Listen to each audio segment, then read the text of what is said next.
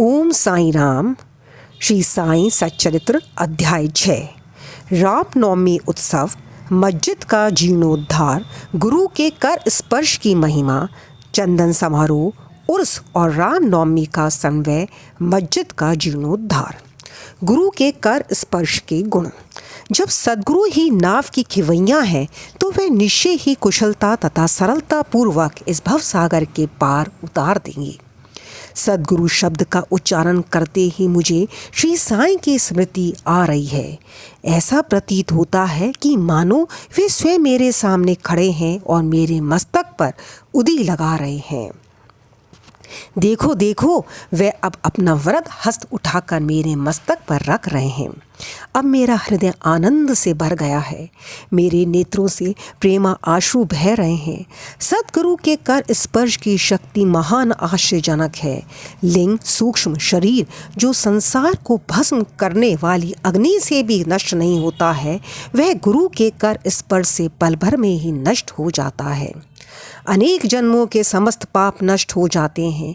ऐसे व्यक्ति जिन्हें धार्मिक और ईश्वरीय प्रसंगों में पूर्ण अरुचि है, उनके भी मन स्थिर हो जाते हैं।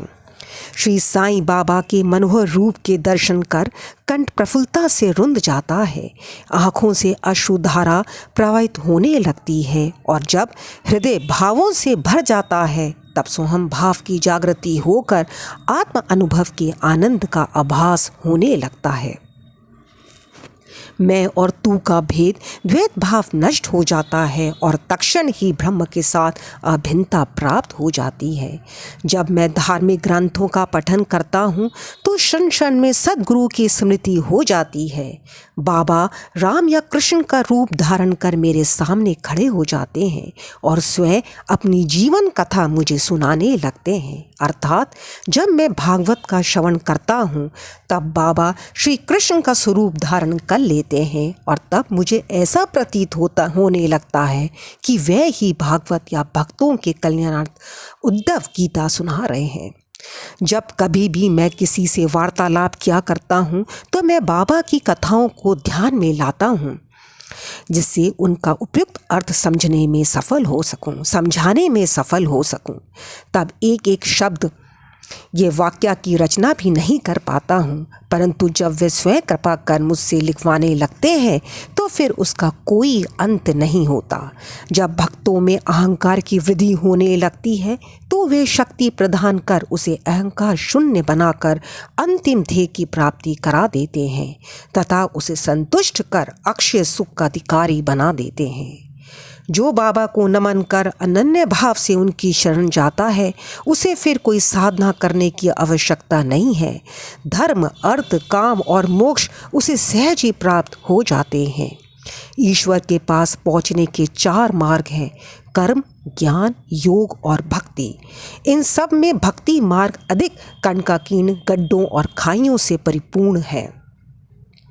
परंतु यदि सद्गुरु पर विश्वास कर गड्ढों और खाइयों से बचते और पद अनुकरण करते हुए सीधा अग्रसर होते जाओगे तो तुम अपने ध्येय अर्थात ईश्वर तक आसानी से पहुंच जाओगे।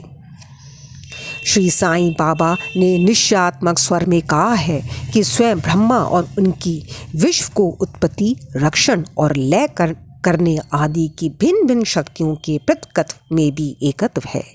इसे ही ग्रंथकारों ने दर्शाया है। भक्तों के कल्याणार्थ श्री साईं बाबा ने स्वयं जिन वचनों से आश्वासन दिया था उनको नीचे उद्धृत किया जाता है। मेरे भक्तों के घर अन्न तथा वस्त्रों का कभी अभाव नहीं होगा। यह मेरा वैशिष्ट्य है कि जो भक्त मेरी शरण आ जाते हैं और अंतकरण से मेरे उपासक हैं, उनके कल्याण में सदैव चिंतित रहता हूँ। कृष्ण भगवान ने भी गीता में यही समझाया है। इसलिए भोजन तथा वस्त्र के लिए अधिक चिंता ना करो। यदि कुछ मांगने की अभिलाषा है तो ईश्वर को ही मांगो। संसारिक मान व उपाधियाँ त्याग कर ईश कृपा तथा अभय धन प्राप्त करो और उन्हीं के द्वारा सम्मानित हो। सांसारिक साधनों से कुपथगामी मत बनो, अपने ईश को दृढ़ से पकड़े रहो। समस्त इंद्रियों और मन को ईश्वर चिंतन में प्रवृत्त रखो, किसी पदार्थ से आकर्षित ना हो। सदैव मेरे स्मरण में मन को लगाए रखो ताकि वह ध्येय, संपत्ति व ऐश्वर्य की ओर प्रवृत्त ना हो। तब चित्त स्थिर, शांत व निर्भय हो जाएगा। इस प्रकार की मन स्थिति प्राप्त होना इस बात का प्रतीक है कि वह सुसंगति में है। यदि चित्त की चंचलता नष्ट न हुई तो उसे एकाग्र नहीं किया जा सकता। बाबा के उपयुक्त शब्दों का उद्धृत कर ग्रंथकार शिरडी के रामनवमी उत्सव का वर्णन करता है। शिरडी में मनाए जाने वाले उत्सवों में रामनवमी अधिक धूमधाम से मनाई जाती है। अतः इस उत्सव का पूर्ण विवरण, जैसे कि साईं लीला पत्रिका 1925 के पृष्ठ 197 पर प्रकाशित हुआ था, यहाँ संक्षेप में दिया जाता है। प्रारंभ कोपर गांव में श्री गोपाल राव गुंड नाम के एक इंस्पेक्टर थे। वे बाबा के परम भक्त थे। उनकी 3 स्त्रियां थीं, परंतु एक के भी संतान ना थी। श्री साईं बाबा की कृपा से उन्हें एक पुत्र रतन की प्राप्ति हुई। इस हर्ष के उपलक्ष्य में सन 1897 में उन्हें विचार आया कि शिरडी में मेला अथवा उर्स भरवाना चाहिए। उन्होंने ये विचार शिरडी के अन्य भक्त तात्या पाटिल, दादा कोते पाटिल और माधव राव के समक्ष विचार प्रकट किया। उन सभी को ये विचार अति रुचिकर प्रतीत हुआ तथा उन्हें बाबा की भी स्वीकृति और आश्वासन प्राप्त हो गया। उर्स भरने के लिए सरकारी आज्ञा आवश्यक थी, इसलिए एक प्रार्थना पत्र कलेक्टर के पास भेजा गया, परंतु ग्राम कुलकर्णी पटवारी के आपत्ति उठाने के कारण स्वीकृति प्राप्त न हो सकी। परंतु बाबा का आश्वासन तो प्राप्त हो ही चुका था, अतः पुनः प्रयत्न करने पर स्वीकृति प्राप्त हो गई। बाबा की अनुमति से रामनवमी के दिन उर्स भरना निश्चित हुआ। ऐसा प्रतीत होता है कि कुछ निष्कर्ष ध्यान में रखकर ही उन्होंने ऐसी आज्ञा दी, अर्थात उर्स व रामनवमी के उत्सवों का एकीकरण तथा हिंदू मुस्लिम एकता, जो भविष्य की घटनाओं से ही स्पष्ट है कि यह ध्येयपूर्ण सफल हुआ। प्रथम बाधा तो किसी प्रकार हल हुई। अब द्वितीय कठिनाई जल के अभाव की उपस्थिति हुई। शिरडी तो एक छोटा सा ग्राम था और पूर्व काल से ही वहाँ जल का अभाव बना रहता था। गांव में केवल 2 कुएं थे, जिनमें से एक तो प्रायः सूख जाया करता था और दूसरे का पानी खारा था। बाबा ने उसमें फूल डालकर उसके खारे जल को मीठा बना दिया, लेकिन एक कुएं का जल कितने लोगों को प्राप्त हो सकता था। इसलिए तात्या पाटिल ने बाहर से जल मंगवाने का प्रबंध किया। लकड़ी व बांसों की कच्ची दुकानें बनाई गईं तथा कुश्तियों का भी आयोजन किया गया। गोपाल राव गुंड के एक मित्र दामू अण्णा कासार अहमदनगर में रहते थे। वह भी संतानहीन होने के कारण दुखी थे। श्री साईं बाबा की कृपा से उन्हें भी एक पुत्र रत्न की प्राप्ति हुई थी। श्री गुंड ने उनसे एक ध्वज देने को कहा। एक ध्वज जागीरदार श्री नाना साहब निमोणकर ने भी दिया। ये दोनों ध्वज बड़े समारोह के साथ गांव में से निकाले गए और अंत में उन्हें मस्जिद, जिसे बाबा द्वारका माई के नाम से पुकारते थे, उसके कोनों पर फहरा दिया गया। यह कार्यक्रम अभी भी पूर्ववत ही चल रहा है। चंदन समारोह। इस मेले में एक अन्य कार्यक्रम का भी श्री गणेश हुआ, जो चंदन उत्सव के नाम से प्रसिद्ध है।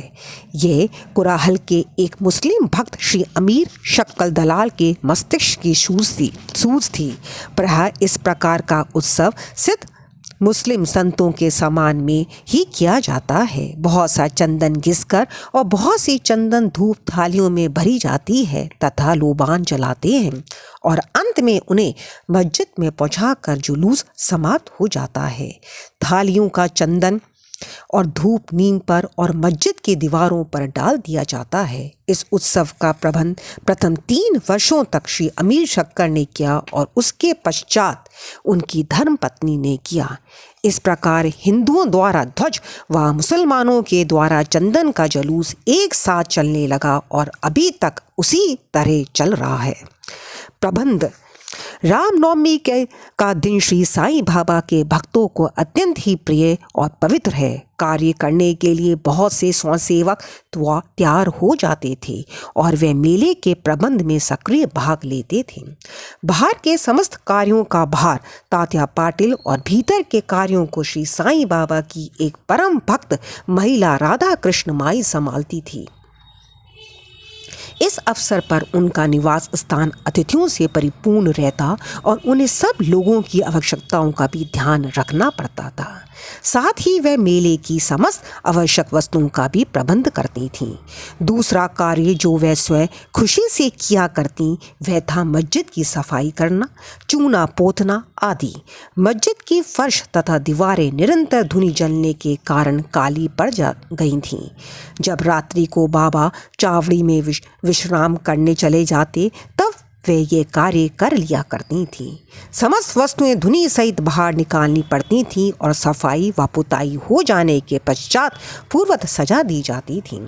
बाबा का अत्यंत प्रिय कार्य गरीबों को भोजन कराना भी इस कार्यक्रम का एक अंग था। इस कार्य के लिए व्रत भोज का आयोजन किया जाता था और अनेक प्रकार की मिठाइयाँ बनाई जाती थीं।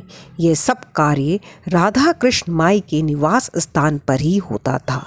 बहुत से धनी व श्रीमंत भक्त इस कार्य में आर्थिक सहायता पहुँचाते थे। ओम साई राम। अगला वीडियो में हम आगे का कंटिन्यू रखेंगे। ओम साई राम।